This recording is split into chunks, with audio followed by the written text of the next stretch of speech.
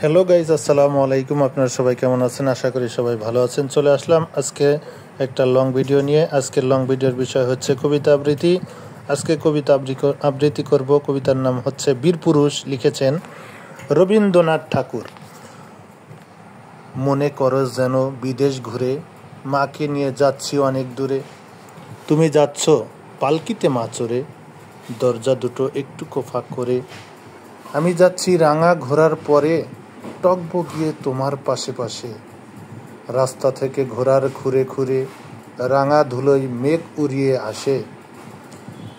সন্ধে হলো, সূর্য নামে পাটে, এলেম যেন জোড়াদিঘির মাঠে। ধুধু করে যে দিকপানে চাই, কোনোখানে জনমানব নাই। তুমি যেন আপন মনে তাই ভয় পেয়েছ, ভাবছ এলেম কোথা। আমি বলছি ভয় পেও না মাগো, ওই দেখা যায় মরা নদীর স্রোতা।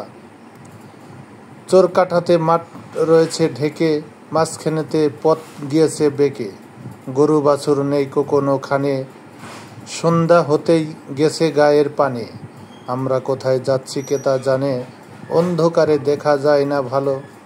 তুমি যেন বললে আমায় ডেকে, দিঘির ধারে ওই যে কিসের আলো। এমন সময় হা রে রে রে রে রে, ওই যে কারা আসতেছে ডাকছে রে।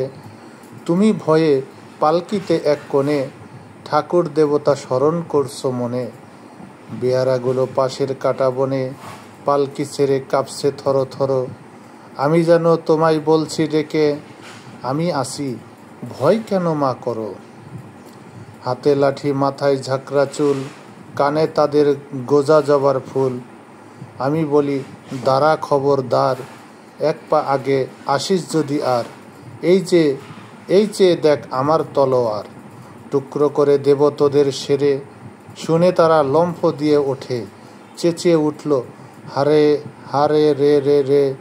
তুমি বললে যাস নে খোকা ওরে, আমি বলি দেখো না চুপ করে।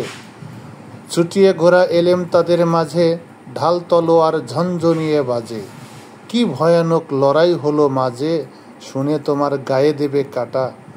কত লোক যে পালিয়ে গেল ভয়ে, কত লোকের মাথা পড়ল কাটা। এত লোকের সঙ্গে লড়াই করে, ভাবছ খোকা গেলেই বুঝি মরে। আমি তখন রক্ত মেখে ঘেমে, বলছি এসে লড়াই গেছে থেমে। তুমি শুনে পালকি থেকে নেমে, চুমো খেয়ে নিচ্ছ আমায় কোলে। বলছো ভাগ্যে খোকা সঙ্গে ছিল, কি দুর্দশা নাই হতো না তা না হলে। রোজ কত কি ঘটে যাহা তাহা, এমন কেন সত্যি হয় না আহা। ঠিক যেন এক গল্প হতো তবে, শুনতো যারা অবাক হতো সবে। দাদা বলতো কেমন করে হবে, খোকার গায়ে এত কি জোর আছে। পাড়ার লোকে বলতো সবাই শুনে, ভাগ্যে খোকা ছিল মায়ের কাছে।